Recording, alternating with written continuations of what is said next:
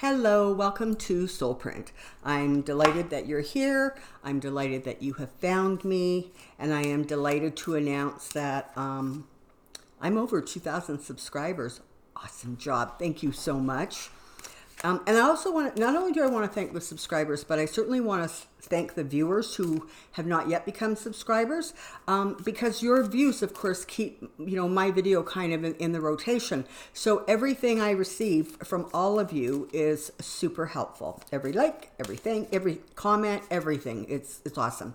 Okay, so if any of you currently have normal blood pressure, it's probably, I suspect, because you haven't heard that Trump just told the squad, those 4 women, that they need to go back to the countries that they came from, except 3 of the 4 are American citizens, born in America.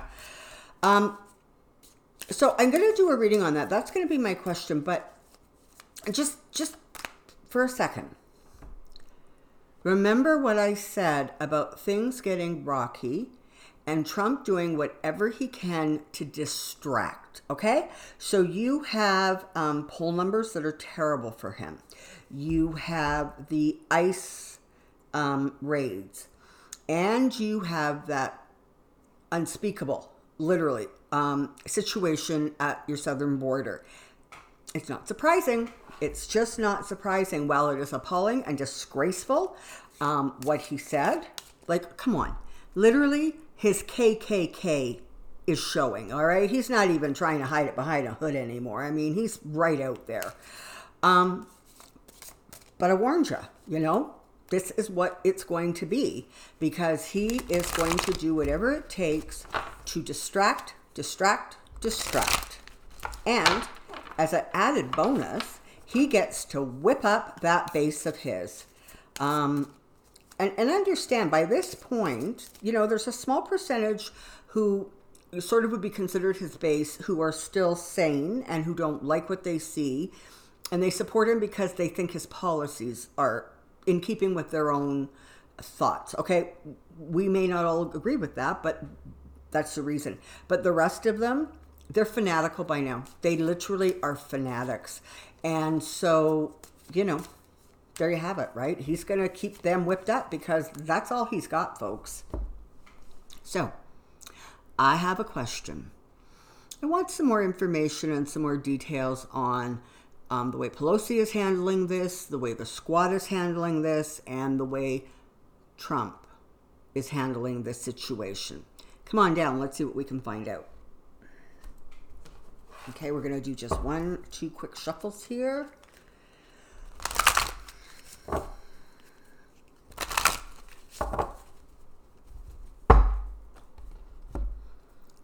Trump, Pelosi, the squad. Trump, Pelosi, the squad.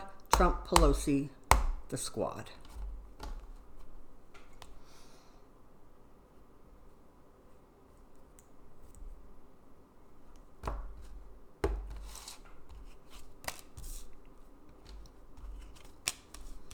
Here's my Fool card. That's the other card for Trump. Yeah. He's just up to his old tricks. I mean, come on. He's like a one-trick pony, this guy, right? He only has one game that he knows how to play. And that's called rile up the base, to be racist, insult everybody who isn't white and rich. So that's his game. That's his trick. That's what he's doing. This, however, is going to create some real movement in terms of people's emotions getting a little bit riled up, because this is appalling. And, irregardless of what people think about immigration and this is people of your country who are representatives in the government of the people of their districts that he is attacking, and it's not going to go so well. It's not. People are going to get wound up about this. Now, I would like to suggest that okay, Trump's delusional. We know that. We get it. We get that he lives in this fantasy world where, he's the emperor with no clothes. Okay? We get that. However, for Nancy Pelosi, frankly, and for all of the Democrats, and for any Republican who has just any moral compass left or any self-respect, there needs to be a real outcry over this statement, even though it is understood that he is doing it as a distraction. He's trying to push these women out, right? He's trying to put them in the cold, freeze them out, quiet them down. But for Nancy, there needs to be, and as I said, other Democrats, there needs to be a real strengthening of their message. It's time for them to get I think, if I remember, her response was something like, I don't agree with Trump's assessment. Okay? It's time to say he's wrong. And it's also time for everyone who can or wants to say, you're wrong. You've pushed too far, and now we're going to push right back against you. He will, in some ways, he's just really good at bringing his own demise upon himself. Honestly, for the number of times this man has shot himself in the foot, it's actually amazing he has the capacity to walk anymore. He's doing it to himself. He's going to get stabbed in the back. He's going to be defeated. There's going to be a fall. He's going to leave in disrespect and disgrace. And all of your hard work, all of your burdens, all of your pushing back and saying, you know what, enough is enough. This is not acceptable. It's going to bring about the fall. So take comfort from that. Know that you are creating an environment where this kind of behavior simply cannot go forward. It's not going to be acceptable.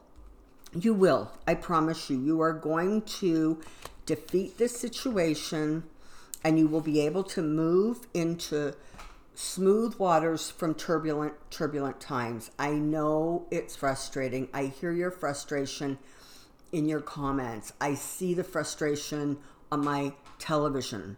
I see the frustration in our country, in other countries around the world, that this situation is and has become what this situation has become.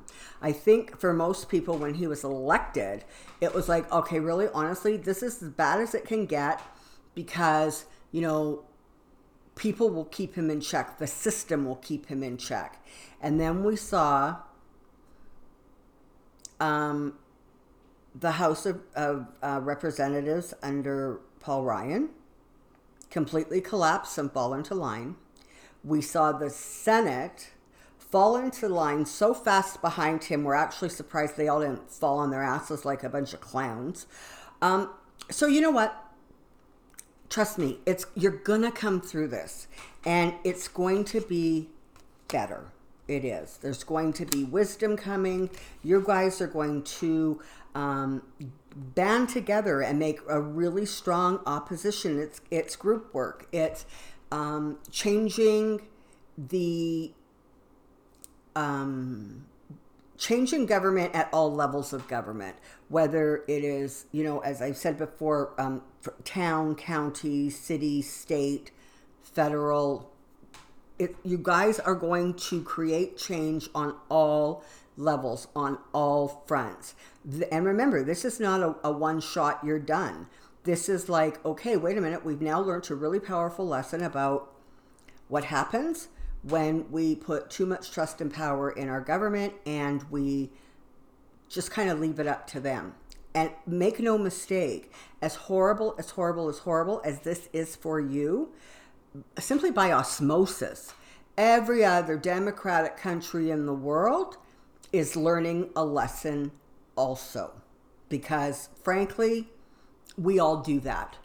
We're all like, yeah, that's the government. Just let them do what they want, keep my taxes low and don't embarrass me, on an international stage. And, we're good. And you know what? That's not good enough. Not anymore. Your hopes, your wishes, they're going to come to pass. They're going to put you in a better place. You're going to make decisions that lead to your wishes being fulfilled. Again, you're coming out of the dark.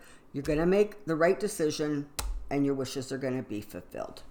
So I think from that, we can be very indignant about his comments today. Certainly, as I said before, if you are so inspired,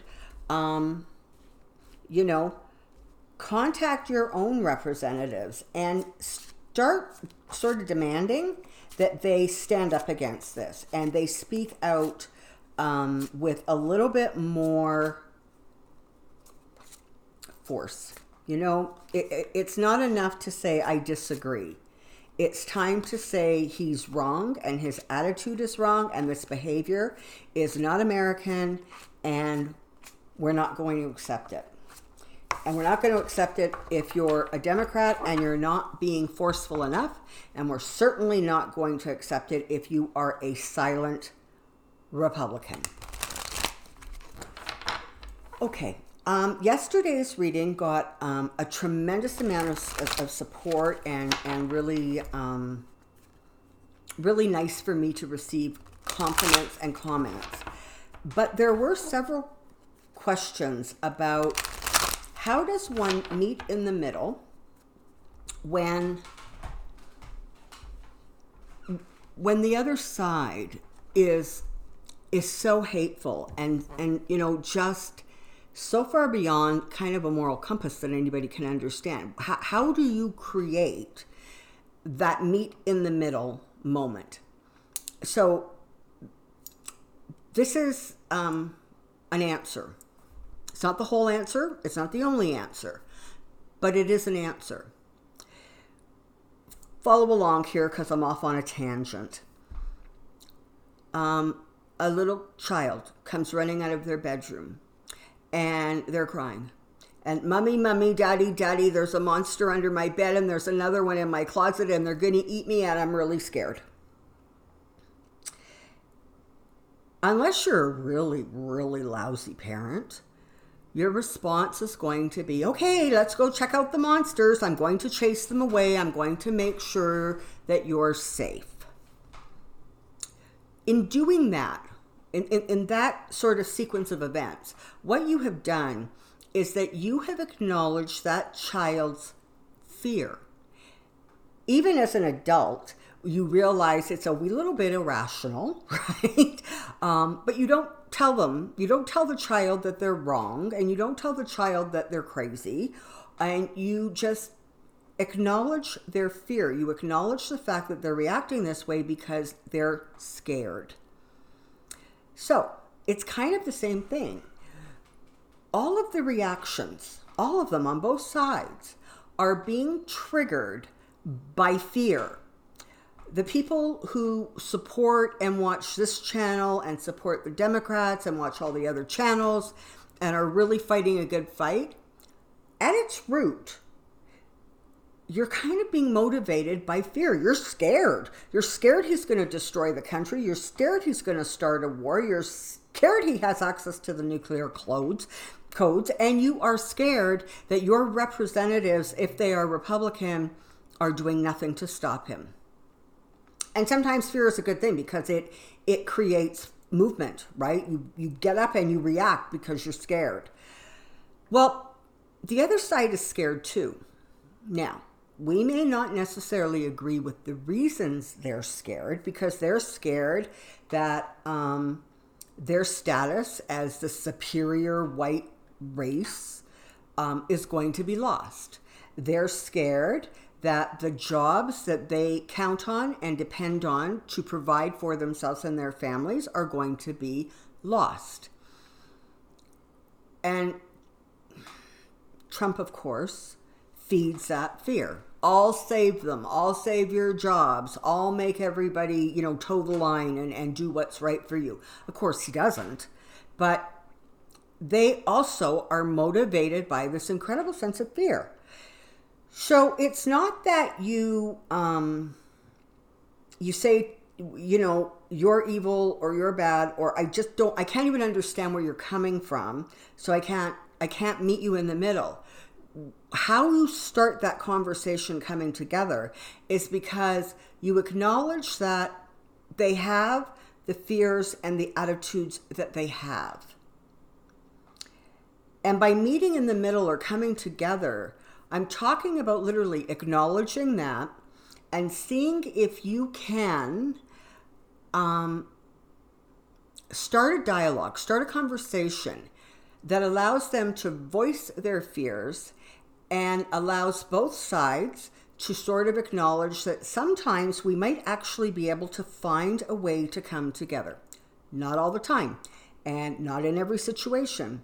And when you're dealing with somebody who is absolutely blatantly corrupt, it's going to be really hard, if not impossible, to do that. So that's when you step in and you vote them out of office and you protest and you complain and, but when I talk about kind of coming together, I'm not talking about a brotherhood and kumbaya moment. I'm talking about just sort of toning it down so you can hear at least the fear. And again, there are two ways that people deal with fear. Either they combat it with love and support. Mommy's going to come and scare the monsters away.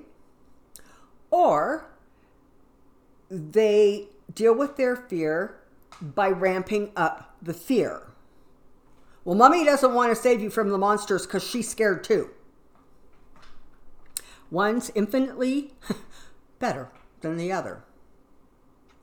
So I'm hoping that gives a little bit of clarity to kind of that concept of just sort of meeting in the middle a little bit and seeing at least if through simple listening, there can be some sort of middle ground. And again, I repeat, with those people that are incredibly corrupt, it doesn't work. You got to just get them out of office by voting them out and registering your complaint and your disapproval. So, thank you so much for joining me. I'm loving the comments. I appreciate every view and every like and every subscriber. Thank you very, very much. Until next time, take care, be well, and we'll see you real soon. Bye-bye.